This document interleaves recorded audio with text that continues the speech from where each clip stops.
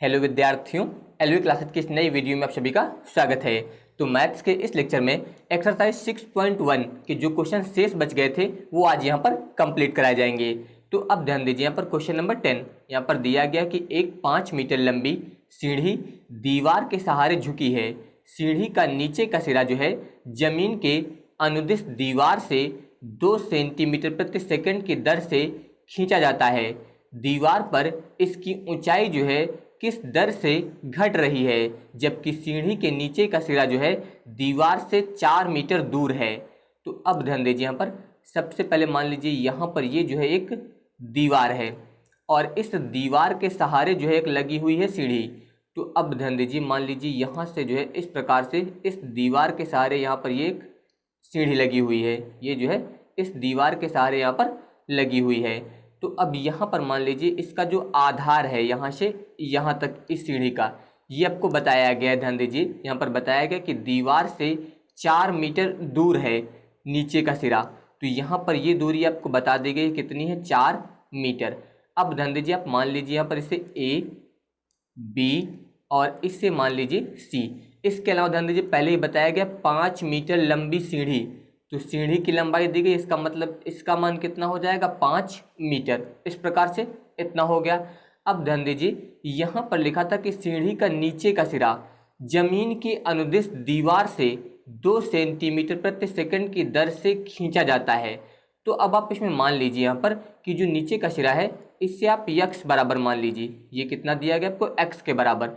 और इसको आप यहाँ पर मान लीजिए, आप लिखना चाहें तो लिख भी सकते हैं कि माना यहाँ पर आप ध्यान दीजिए जो ए बी है, ए बी इससे आपने माना है y, और इसके अलावा ध्यान दीजिए जो बी सी है इससे आपने यहाँ पर माना है x, ये तो आपने मान लिया। अब इसके बाद ध्यान दीजिए, अब आप यहाँ पर लिख सकते हैं दिया है। तो अब ध्यान दीजिए क्वेश्चन में क्या दिया गया है, यहाँ पर बताया गया था कि दीवार से दूर 2 सेंटीमीटर प्रति सेकंड की दर से खींचा जाता है, यानी कि इस सीढ़ी का जो नीचे वाला सिरा है ये इस दीवार से दूर जो है यहाँ पर खींचा जा रहा है। तो यहाँ पर इसकी दर दी गई है, यानी कि dx बटे dt। यहाँ पर ध्यान दीजिए BC की दूरी हम लोगों ने क्या माना था, x, इसलिए यहाँ पर x में परिवर्तन होगा। जब इसे आप दूर खींचेंगे तो इस x में जो है यहाँ पर परिवर्तन होगा, तो इससे आप लिखेंगे dx बटे dt बराबर आपको यहाँ पर दिया गया है 2 सेंटीमीटर प्रति सेकेंड, इतना आपको यहाँ पर दिया गया है। अब यहाँ पर आप लगाएंगे पाइथागोरस प्रमेय, तो आप लिख सकते हैं यहाँ पर समकोण त्रिभुज ए बी सी में। तो ध्यान दीजिए फॉर्मूला आपको पहले भी बताया गया, फॉर्मूला ये होता है कर्ण स्क्वायर बराबर लंब स्क्वायर और प्लस होता है आधार स्क्वायर, ये जो है फॉर्मूला होता है। तो अब ध्यान दीजिए ये वाली भुजा जो होती है ये कर्ण होती है, ये लंब होता है और ये यहाँ पर आधार होता है। तो इसका मतलब ध्यान दीजिए कर्ण यहाँ पर क्या है, ए सी, आप लिखना चाहें तो लिख सकते हैं ए सी स्क्वायर बराबर ध्यान दीजिए लंब क्या है यहाँ पर ए बी, ये लिख सकते थे आप यहाँ पर ए बी स्क्वायर प्लस आधार क्या है बी सी, तो यहाँ पर आप लिख सकते हैं बी सी स्क्वायर। अब ध्यान दीजिए ए सी का मान आपको दिया गया यहाँ पर 5, तो आप लिख सकते हैं यहाँ पर 5 का स्क्वायर बराबर, इसके अलावा ध्यान दीजिए यहाँ पर A B square, A B का मान कितना है y, यहाँ पर आप लिख सकते हैं y square plus B C आपने क्या माना था x, तो यहाँ पर आप लिख सकते हैं x स्क्वायर। इसको आप मान लीजिए समीकरण नंबर 1। अब यहाँ पर ध्यान दीजिए यहाँ पर ये तो आ गया आपका समीकरण नंबर 1। अब अगर यहाँ पर इससे आप सॉल्व करते हैं तो ध्यान दीजिए यहाँ पर ये हो जाएगा 25 बराबर यहाँ पर हो जाएगा y square plus x square है, x का मान आपको दिया गया है पहले से ही बताया गया 4 मीटर, तो अगर 4 का यहाँ पर स्क्वायर कर देंगे तो कितना आ जाएगा, 16 आ जाएगा। यानी कि y स्क्वायर बराबर ध्यान दीजिए 16 जब दूसरी तरफ आएगा तो 25 माइनस 16 हो जाएगा। यानी कि यहाँ से ध्यान दीजिए जब y स्क्वायर आप ज्ञात करेंगे और 25 से 16 घटेंगे तो कितना आएगा, 9। यानी कि यहाँ से ध्यान दीजिए y बराबर कितना आ जाएगा, 3। यहाँ पर आप लिख सकते हैं प्लस माइनस 3, यानी कि y का मान जो आया वो कितना आया, 3 आ गया। अब यहाँ पर जो समीकरण 1 है इसका हम लोग t के सापेक्ष अवकलन करने वाले हैं। तो अब आप यहाँ पर लिख सकते हैं समीकरण 1 का t के सापेक्ष अवकलन, t के सापेक्ष अवकलन। तो अब ध्यान दीजिए जब यहाँ पर आप इसका अवकलन करेंगे इस समीकरण का, तो यहाँ पर ध्यान दीजिए ये कांस्टेंट वैल्यू है, इसका अवकलन हो जाएगा 0, y स्क्वायर का करेंगे तो ये आएगा 2y और यहाँ पर हो जाएगा dy/dt। इसके बाद प्लस, अब जब एक्स स्क्वायर का करेंगे तो यहाँ पर आएगा 2x और x का हो जाएगा dx/dt। अब ध्यान दीजिए यहाँ पर ये दिया गया 2y dy/dt, इस प्रकार से आपको दिया गया है। बराबर लगाइए, ये जो 2x दिया गया इसे आप दूसरी तरफ लाइए तो ये माइनस में हो जाएगा 2x dx/dt। यहाँ पर ध्यान दीजिए 2 से 2 कैंसिल हो जाएगा। इसके अलावा आप ध्यान दीजिए, आप यहाँ पर दिया गया dy/dt बराबर यहाँ पर हो जाएगा -x, इसके अलावा y इधर आएगा तो बट्टे में हो जाएगा y dx/dt। इतना हो गया। अब आप यहाँ पर मान रखिए तो dy/dt बराबर ध्यान दीजिए -x का मान आपको क्वेश्चन में दिया गया था 4, इसके अलावा y का मान हम लोगों ने ज्ञात किया यहाँ पर 3, तो y का मान हो जाएगा 3 इंटू, इसके अलावा dx/dt इसका भी मान आपको क्वेश्चन में दिया गया था, ये आप देख सकते हैं इसका मान दिया गया 2 सेंटीमीटर प्रति सेकंड। तो यहाँ पर आप इसका मान रख दीजिए, तो यहाँ पर आप लिख सकते हैं 2 इस प्रकार से, यानी कि ये हो जाएगा फिर dy/dt बराबर, इसका गुणा कर दीजिए तो -8/3 सेंटीमीटर प्रति सेकंड। इस प्रकार से यहाँ पर ध्यान दीजिए जो परिवर्तन हो रहा था वो 2 सेंटीमीटर प्रति सेकंड की दर से हो रहा था यहाँ पर। तो अब यहाँ पर ध्यान दीजिए माइनस चिन्ह लगा है, माइनस चिन्ह लगने का मतलब ये है यहाँ पर उसकी ऊंचाई जो है इस दर से फिर घट रही है। तो अगर आप लिखना चाहें तो आप बता सकते हैं यहाँ पर कि अतः दीवार पर सीढ़ी की ऊंचाई 8/3 सेंटीमीटर प्रति सेकंड की दर से घट रही है। इस प्रकार से आप यहाँ पर बता सकते हैं। जब यहाँ पर आप घट रही है लिख देंगे तो यहाँ पर फिर आपको माइनस चिन्ह लगाने की आवश्यकता नहीं है, ये पॉइंट याद रखिएगा। अब इसके बाद ध्यान दीजिए क्वेश्चन नंबर 11, यहाँ पर दिया गया कि एक कण वक्र 6y = x³ + 2 के अनुगत गति कर रहा है। वक्र पर उन बिंदुओं को ज्ञात कीजिए जबकि x निर्देशांक की तुलना में y निर्देशांक जो है यहाँ पर 8 गुना तीव्रता से बदल रहा है। तो सबसे पहले तो आप लिख सकते हैं यहाँ पर अकॉर्डिंग टू क्वेश्चन, यानी कि प्रश्नानुसार इसमें बताया गया कि y निर्देशांक जो है ये क्या हो रहा है, बदल रहा है। तो बदलने का मतलब आप बता सकते हैं यहाँ पर dy/dt, और यहाँ पर x निर्देशांक बदल रहा है, इसका मतलब dx/dt। लेकिन कंडीशन क्या है, ध्यान दीजिए y निर्देशांक जो है ये 8 गुना तीव्रता से बदल रहा है। किसकी तुलना में, x निर्देशांक की तुलना में। तो यहाँ पर अब क्या लग जाएगा 8, यानी कि जो dy/dt होगा इसका मान यहाँ पर dx/dt के 8 गुने के बराबर होगा, क्योंकि यहाँ पर बताया गया कि जो y निर्देशांक है ये 8 गुना तीव्रता से बदल रहा है। तो सबसे पहले तो आप ये लिख सकते हैं, इससे आप मान लीजिए यहाँ पर समीकरण नंबर 1। अब ध्यान दीजिए आपको यहाँ पर वक्र दिया गया है 6y = x³ + 2।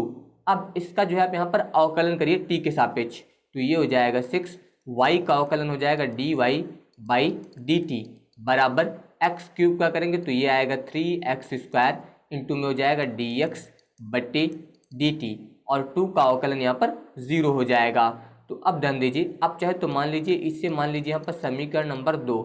अब इसके बाद ध्यान दीजिए आप यहाँ पर लिख सकते हैं समीकरण 1 व 2 से। तो समीकरण 1 से ध्यान दीजिए यहाँ पर dy/dt का मान दिया गया, तो इसकी जगह पे आप मान रखिए तो यहाँ पर हो जाएगा 6 इंटू dy/dt की जगह पे मान रखेंगे तो यहाँ पर हो जाएगा 8। इसके बाद dx/dt बराबर यहाँ पर दिया गया 3x², इसके अलावा dx/dt, तो यहाँ पर dx/dt कैंसिल हो जाएगा। तो यहाँ पर ध्यान दीजिए ये आएगा 3x² बराबर यहाँ पर कितना दिया गया 6 इंटू 8। अब यहाँ पर ध्यान दीजिए 3 से आप इसको कैंसिल कर सकते हैं, तो यहाँ पर 3 दूनी 6 आ जाएगा, यानी कि ये हो गया x² बराबर 8 दूनी 16। इस प्रकार से इतना आया। तो x बराबर ध्यान दीजिए x² बराबर 16 आया, तो इसका मतलब x बराबर आएगा ±4। इस प्रकार से ये मान आ गया x का। तो अब ये वाला मान हम लोग यहाँ पर ध्यान दीजिए जो 6y = x³ + 2 दिया गया है इसमें हम लोग रखेंगे। तो अब आप लिख सकते हैं यहाँ पर कि x का मान वक्र 6y बराबर x³ + 2 में रखने पर इसमें रखना है। तो सबसे पहले ध्यान दीजिए x बराबर +4 रखेंगे, x बराबर 4 रखने पर तो ये हो जाएगा 6y बराबर x³ की जगह पे जब आप 4 रखेंगे तो यहाँ पर आएगा 4 चौक 16 चौको 64 और प्लस हो जाएगा 2, इसको आप जोड़ देंगे तो यहाँ पर हो जाएगा 66। अब आप इसको कैंसिल कर सकते हैं 6 से, तो यहाँ पर आएगा 11, यानी कि y का मान आ गया 11। तो y का मान 11 कब आया? जब आपने x बराबर रखा 4। तो इसका मतलब यहाँ पर आप बता सकते हैं बिंदु क्या हो जाएगा आपका, x का मान पहले लिखेंगे 4 और कॉमा यहाँ पर हो जाएगा 11। इस प्रकार से एक बिंदु तो ये आ गया। अब इसके बाद ध्यान दीजिए, अब यहाँ पर आप लिखेंगे माइनस वाला मान, तो x बराबर -4 रखने पर, अब यहाँ पर रखना है आपको -4, तो यहाँ पर ध्यान दीजिए ये हो जाएगा 6y बराबर x³ की जगह पे जब -4 रखेंगे तो यहाँ पर आएगा -64 और प्लस का यहाँ पर हो जाएगा 2।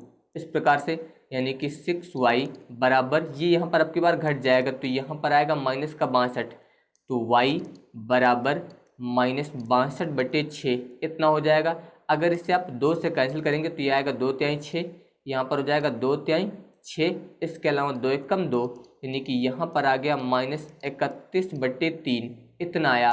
तो अब ध्यान दीजिए इसका मतलब अब यहाँ पर जो बिंदु आएगा, ध्यान दीजिए पहले x का मान लिखेंगे तो ये हो जाएगा -4, इसके अलावा यहाँ पर हो जाएगा -31/3, ये आ गया। तो एक बिंदु ये आ गया और दूसरा ये आ गया है। इस प्रकार से आप यहाँ पर इसे सॉल्व करेंगे। अब इसके बाद ध्यान दीजिए क्वेश्चन नंबर 12 कि हवा के एक बुलबुले की त्रिज्या 1/2 सेंटीमीटर प्रति सेकंड की दर से बढ़ रही है। बुलबुले का आयतन किस दर से बढ़ रहा है जबकि त्रिज्या यहाँ पर 1 सेंटीमीटर है। तो यहाँ पर जो त्रिज्या दी गई है इससे आप मान लीजिएगा r से, यानी कि r बराबर दिया गया आपको 1 सेंटीमीटर। इसके अलावा ध्यान दीजिए यहाँ पर इसके बारे में बताया गया कि त्रिज्या जो है 1/2 सेंटीमीटर प्रति सेकंड की दर से बढ़ रही है। तो त्रिज्या में परिवर्तन हो रहा है, इसका मतलब dr/dt ये आपको दिया गया है और इसका मान दिया गया है 1/2 सेंटीमीटर प्रति सेकंड, इतना दिया गया है। तो यहाँ पर ध्यान दीजिए बताया गया था कि हवा के एक बुलबुले की त्रिज्या, तो यहाँ पर बुलबुला जो होगा वो गोलाकार होगा। तो यहाँ पर जो आयतन यूज होगा बुलबुले का, इसे हम लोग यहाँ पर गोले के आयतन से सॉल्व करेंगे। तो यहाँ पर आप लिखेंगे बुलबुले का आयतन, इससे आप लिखेंगे v बराबर 4/3 पाई r³। इस प्रकार से इसमें अब आपको मान रखना है। तो ध्यान दीजिए मान रखने से पहले आप यहाँ पर इसका कर दीजिए अवकलन t के सापेक्ष, तो ये हो जाएगा dv/dt बराबर यहाँ पर हो जाएगा 4/3 पाई r³ का करेंगे तो ये आएगा 3r², इसके अलावा r का हो जाएगा dr/dt। तो यहाँ पर आप लिखेंगे dv/dt बराबर 4/3 पाई इंटू यहाँ पर हो जाएगा 3, r का मान आपको दिया गया है 1 सेंटीमीटर, तो r का मान आप 1 रख देंगे गुणे dr/dt, इसका मान दिया गया आपको 1/2। तो अब ध्यान दीजिए यहाँ पर 3 से 3 कैंसिल हो जाएगा, 2 से आप इसको कैंसिल कर दीजिए, तो ये आ गया dv/dt बराबर यहाँ पर आएगा 2, इसके अलावा आ जाएगा पाई। इस प्रकार से तो यहाँ पर आयतन है, तो आयतन के लिए आप यूज करेंगे सेंटीमीटर क्यूब, बटे में t दिया गया है यानी कि सेकंड, तो यहाँ पर जो है 2 पाई सेंटीमीटर क्यूब प्रति सेकंड, इस दर से यहाँ पर जो है आयतन बढ़ेगा। तो ये यहाँ पर जो है इसका आंसर हो जाएगा। अब इसके बाद ध्यान दीजिए यहाँ पर क्वेश्चन नंबर 13, यहाँ पर दिया गया कि एक गुब्बारा जो सदैव गोलाकार रहता है का परिवर्तनशील व्यास, यहाँ पर ये दिया गया है x के सापेक्ष आयतन के परिवर्तन की दर ज्ञात कीजिए। तो यहाँ पर पहले ही बताया गया कि x के सापेक्ष जो है आयतन के परिवर्तन की दर ज्ञात करनी है और आपको व्यास दिया गया है, तो आप लिख सकते हैं यहाँ पर व्यास बराबर 3/2, यहाँ पर हो जाएगा 2x + 1। अब आपको पता होना चाहिए त्रिज्या के बारे में, यानी कि r, तो त्रिज्या बराबर होता है व्यास/2, तो व्यास का मान आप ये लिखेंगे यानी कि 3/2 है, तो 2 की जगह पे कितना हो जाएगा, 4 हो जाएगा। 3/4 2x + 1 इसका आधा हो जाएगा। तो व्यास का मान रखेंगे और बटे में 2 रखेंगे, तो यहाँ पर अब कितना हो जाएगा, 4। तो ये पता चल गई आपको त्रिज्या। अब यहाँ पर बात हुई है गोलाकार की, तो यानी कि यहाँ पर आप यूज करेंगे जब गोले का आयतन, तो आप लिख सकते हैं यहाँ पर गुब्बारे का आयतन। तो आयतन होता है V बराबर 4/3 पाई r क्यूब। तो यहाँ पर हो जाएगा V बराबर 4/3 पाई r का आपको ये वाला मान रखना है, तो यहाँ पर हो जाएगा 3/4, इसके अलावा 2x + 1 इस प्रकार से का होल क्यूब। तो इससे आप ऐसा लिख सकते हैं V बराबर 4/3 पाई, ध्यान दीजिए जब इसका आप क्यूब करेंगे यहाँ पर, तो 3 का जब क्यूब करेंगे तो ये आएगा 3 त्रिक का 9 त्रिक 27 इतना आ जाएगा। इसका आप क्यूब करेंगे तो 4 चौक 16 चौको 64, और इसके अलावा यहाँ पर ये हो जाएगा 2x + 1 का होल क्यूब इतना हो गया।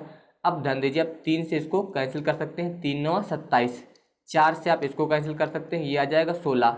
अब यहाँ पर हो जाएगा V बराबर 9/16, इसके अलावा पाई, और यहाँ पर हो जाएगा 2x + 1 का होल क्यूब। अब इसका जो हम लोग यहाँ पर x के सापेक्ष अवकलन करेंगे, क्योंकि यहाँ पर जो है x के सापेक्ष परिवर्तन की दर ज्ञात करनी है, तो यहाँ पर हो जाएगा dv/dx बराबर 9/16 पाई।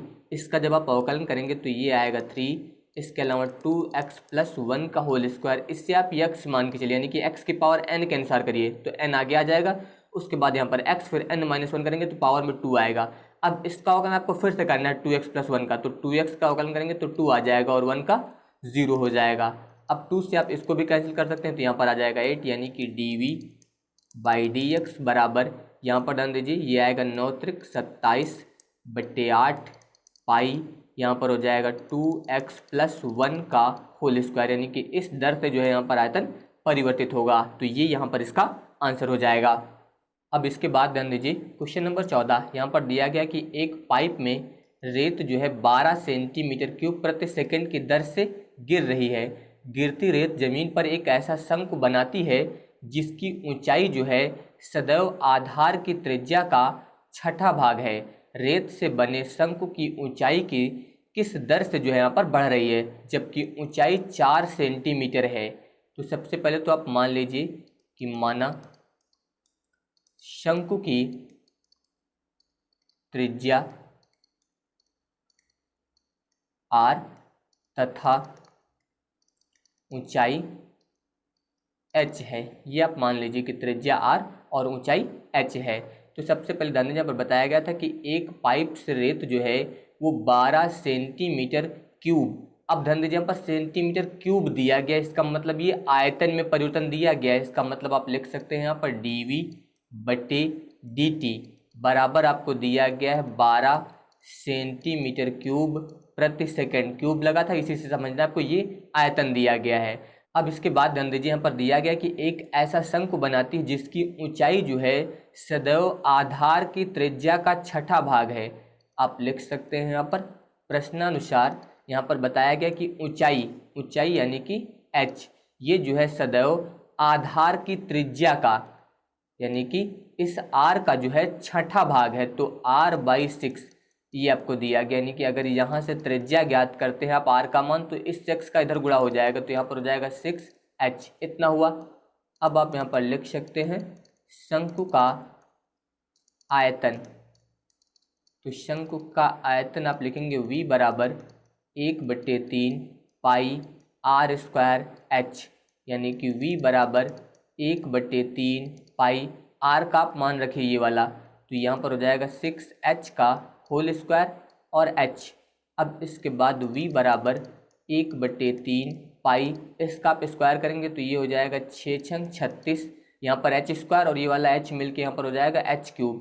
अब ध्यान दीजिए यहाँ पर 3 से आप इसको कैंसिल करिए, तो 3 × 1 = 3, 3 दूनी 6, यानी कि v बराबर आएगा यहाँ पर 12, इसके अलावा हो जाएगा पाई और h³। अब इसका जो हम लोग यहाँ पर t के सापेक्ष अवकलन करने वाले हैं, तो ये हो जाएगा फिर dv/dt बराबर यहाँ पर हो जाएगा 12 पाई, h³ का करेंगे तो ये आएगा 3h² और इंटू यहाँ पर एच का जब दोबारा से किया जाएगा तो ये हो जाएगा dH/dt। इस प्रकार से इतना हुआ। अब इसमें हम लोग यहाँ पर मान रखेंगे, तो मान रखने के लिए ध्यान दीजिए, सबसे पहले यहाँ पर dV/dt इसका मान दिया गया आपको 12 सेंटीमीटर क्यूब प्रति सेकेंड। इसके अलावा ध्यान दीजिए ऊंचाई आपको दी गई है 4 सेंटीमीटर, ये मान आपको किसका दिया गया, h का दिया गया है। तो अब ये मान आप यहाँ पर रखेंगे। तो अब ध्यान दीजिए dV/dt इसका मान हो जाएगा 12, बराबर में दिया गया है 12 पाई इंटू 3 इंटू एच का मान आपको दिया गया 4 यहाँ पर स्क्वायर, और फिर हो जाएगा dH/dt। इस प्रकार से इतना हुआ। तो यहाँ पर 12 से 12 जो है कैंसिल हो जाएगा, यहाँ पर बचेगा कितना 1, बराबर यहाँ पर ध्यान दीजिए ये दिया गया 3, और इसका आप स्क्वायर करेंगे तो 4 चौक 16, 16 गुणे 3 करेंगे तो यहाँ पर हो जाएगा 48 पाई। इसके अलावा dH/dt, जब यहाँ से आप dH/dt ज्ञात करेंगे तो ये इधर आ जाएगा, यानी कि ये हो जाएगा 1/48 पाई। इस प्रकार से इतना हुआ।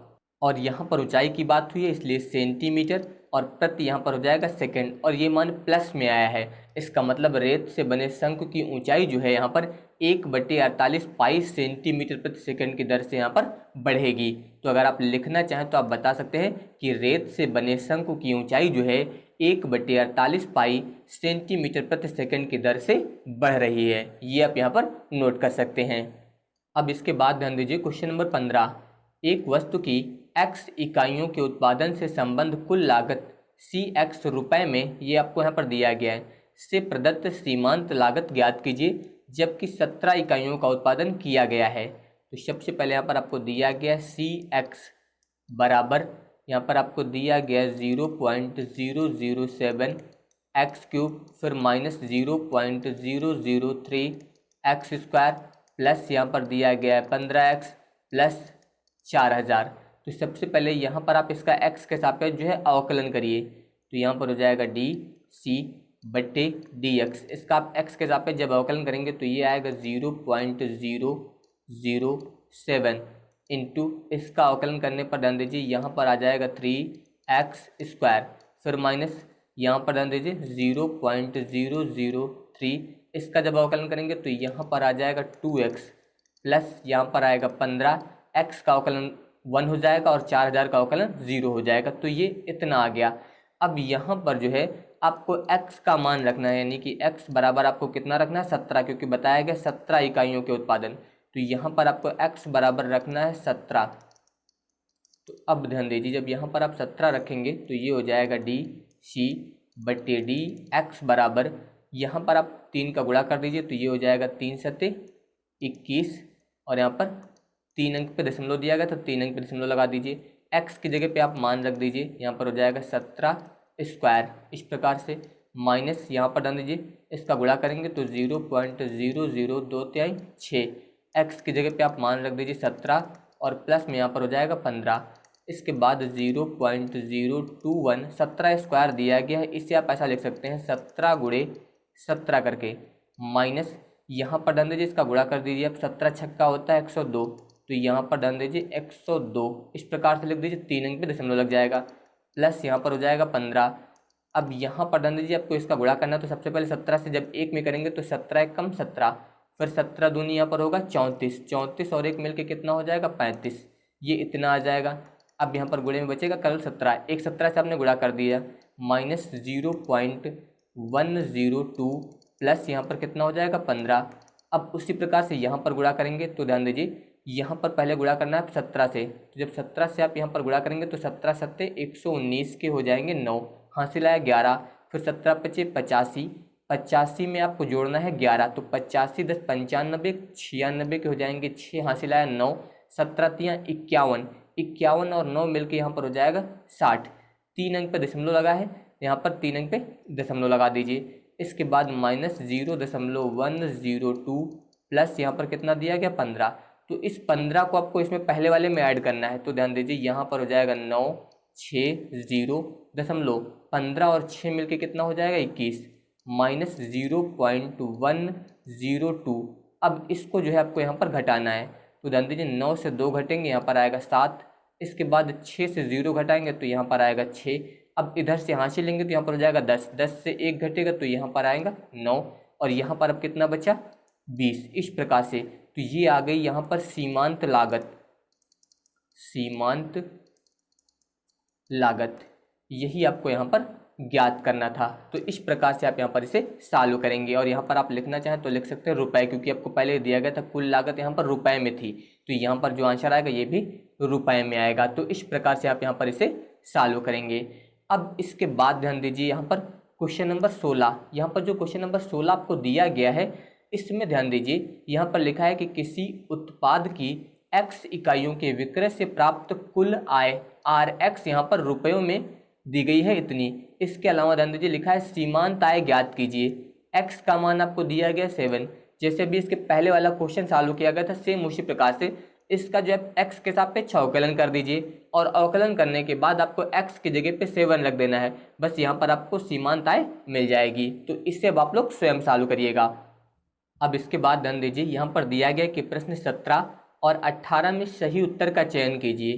तो क्वेश्चन नंबर 17 दिया गया कि एक वृत्त की त्रिज्या r बराबर 6 सेंटीमीटर पर r के सापेक्ष क्षेत्रफल में परिवर्तन की दर है।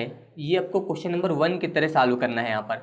यहाँ पर आपको त्रिज्या दी गई है, यानी कि r बराबर आपको दिया गया है 6 सेंटीमीटर और यहाँ पर बात हुई है क्षेत्रफल में परिवर्तन की दर। तो यहाँ पर अगर आप वृत्त का क्षेत्रफल यूज करेंगे तो क्षेत्रफल आपको बताया गया पाई r स्क्वायर होता है। इसका जो है आप यहाँ पर अवकलन कर दीजिए। सबसे पहले यहाँ पर ध्यान दीजिए बताया गया था कि वृत्त की त्रिज्या r बराबर इतना है यहाँ पर और r के सापेक्ष जो है क्षेत्रफल में परिवर्तन की दर, तो r के सापेक्ष अवकलन करना है। तो ये हो जाएगा dA बाई dr बराबर यहाँ पर आ जाएगा 2 पाई r। ध्यान दीजिए पाई तो वैसे ही रहेगा, r स्क्वायर का अवकलन करेंगे तो 2r आ जाएगा, तो इतना हुआ। अब ध्यान दीजिए dA बाई dr बराबर 2 पाई इंटू r का मान रख दीजिए आप 6। तो यहाँ पर जब गुणा करेंगे तो 2 छंग 12 पाई क्षेत्रफल है, इसलिए आप लिखना चाहें तो लिख सकते हैं सेंटीमीटर स्क्वायर प्रति सेकंड। तो यहाँ पर ध्यान दीजिए इसका विकल्प नंबर बी यानी कि 12 पाई ये यहाँ पर सही हो जाएगा। अब इसके बाद ध्यान दीजिए क्वेश्चन नंबर 18, क्वेश्चन नंबर 18 जो अभी आपको 16 नंबर बताया गया उसी तरह से सॉल्व करना है। यहाँ पर ध्यान दीजिए आपको इसमें दिया गया है Rx बराबर 3x स्क्वायर प्लस इसके अलावा यहाँ पर दिया गया 36x प्लस 5। तो इसका पहले आप x के सापेक्ष अवकलन करिए। तो यहाँ पर ये हो जाएगा dr बाई dx बराबर, ध्यान दीजिए इसका अवकलन करेंगे x स्क्वायर का तो 2 आगे आएगा, तो यहाँ पर हो जाएगा 2 × 6x, यहाँ पर आ जाएगा 36, x का अवकलन 1 हो जाएगा और 5 का 0। अब इसमें x की जगह पे आपको रख देना है 15। तो यहाँ पर ये हो जाएगा 6 गुणे 15 और प्लस में हो जाएगा 36, 15 छक्का हो जाएगा 90 प्लस 36। इसको आप जोड़ दीजिए यहाँ पर। तो जब इसको जोड़ेंगे यहाँ पर तो ध्यान दीजिए ये लास्ट में आ जाएगा यहाँ पर 6, इसके अलावा 9 3 12 यानी कि यहाँ पर ये आ गया है 126। तो यहाँ पर इसका जो विकल्प नंबर डी दिया गया है ये यहाँ पर सही हो जाएगा। तो अब ये एक्सरसाइज जो है पूरी कंप्लीट हो चुकी है। तो अगर आप सभी को ये वीडियो पसंद आया हो तो इस वीडियो को लाइक और शेयर करिएगा। इसके अलावा अगर आप हमारे चैनल पर पहली बार आए हैं तो चैनल को सब्सक्राइब करके नोटिफिकेशन बेल प्रेस कर लीजिएगा, जिससे जो भी वीडियो अपलोड किया जाएगा उसका नोटिफिकेशन आपके पास पहुंच जाएगा। धन्यवाद।